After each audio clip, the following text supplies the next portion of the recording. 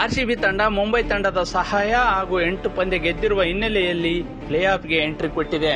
RCB ಪ್ರಶಸ್ತಿ ಗೆಲ್ಲುವ favourite ತಂಡವಾದರೂ ಕೂಡ ವಾತಾವರಣದ ಆಟ ಬೆಂಗಳೂರು ತಂಡವನ್ನ ಅಂತಿಮ ಸುತ್ತಿಗೆ ಕರೆದೊಯ್ಯುತ್ತೋ ಅಥವಾ ಟೂರ್ನಿಂದ ಹೊರನಡೆಯುತ್ತೋ ಎನ್ನುವುದು ಗೊತ್ತಿಲ್ಲ. ಈ ಕುರಿತು ಇನ್ನಷ್ಟು ಮಾಹಿತಿ ನೀಡ್ತೀವಿ. ಅದಕ್ಕೂ ಮುನ್ನ ನಮ್ಮ ಚಾನೆಲ್ ಸಬ್ಸ್ಕ್ರೈಬ್ ಮಾಡಿ. ಪ್ಲೇ ಆಫ್ ಕದನಕ್ಕೆ ಆರ್ಸಿಬಿ ಸಜ್ಜಾಗಿದೆ. ಎದುರಾಳಿ ಲಕ್ನೋ ತಂಡವನ್ನು ಮಣಿಸಲು ಸಕಲ ತಂತ್ರ ಬಳಸಲು ರೆಡಿಯಾಗಿದೆ.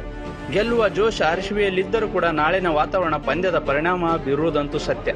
ಮಳೆ ಬಂದರೆ ಆರ್ಸಿಬಿಗೆ ಮನೆಗೆ ಹೋಗುವ ಸಾಧ್ಯತೆ ಹೆಚ್ಚಿದ್ದು, ಅಂಕಪಟ್ಟಿ ಆಧಾರದ ಮೇಲೆ ಲಕ್ನೋ ತಂಡ ಪ್ಲೇ ಆಫ್ಗೆ ಹೋಗಲಿದೆ.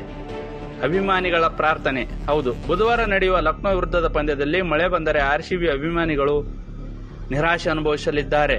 ಹೀಗಾಗಿ ಮಳೆ ಬಾರದಂತೆ ದೇವರಲ್ಲಿ ಪ್ರಾರ್ಥಿಸುತ್ತಿದ್ದಾರೆ. ಕೋಲ್ಕತ್ತಾ ಮೈದಾನದಲ್ಲಿ ಇಂದು ಮಳೆ ಸುರಿದ ಕಾರಣ 2-3 ದಿನ ಮಳೆ ಬರುವ ಸಾಧ್ಯತೆ ಇದೆ. ಮಳೆ ಬಂದರೆ ಆರ್ಸಿಬಿಗೆ ಕಷ್ಟವಾಗಲಿದೆ.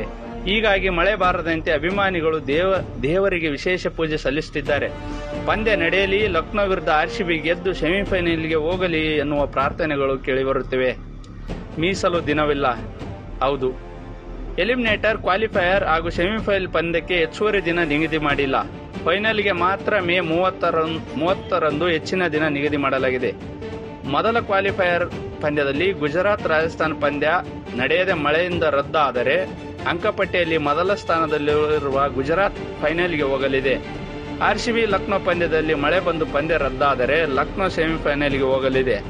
ಅಲ್ಲಿ ರಾಜಸ್ಥಾನ್ ಹಾಗೂ ಲಕ್ನೋ ನಡುವಿನ ಸೆಮಿಫೈನಲ್ ಪಂದ್ಯದ ವೇಳೆ ಮಳೆ ಬಂದರೆ ರಾಜಸ್ಥಾನ್ಗೆ ಅವಕಾಶ ಸಿಗಲಿದೆ. ಒಟ್ಟಿನಲ್ಲಿ ಐಪಿಎಲ್ ಕಪ್ ಗೆಲ್ಲಲು ಆಟ, ಪರಿಶ್ರಮದ ಜೊತೆಗೆ ಅದೃಷ್ಟವೂ ಬೇಕು. ಮಳೆರಾಯ ಕೂಡ ಪಂದ್ಯದ ಭವಿಷ್ಯ ಬರೆಯಬಲ್ಲ.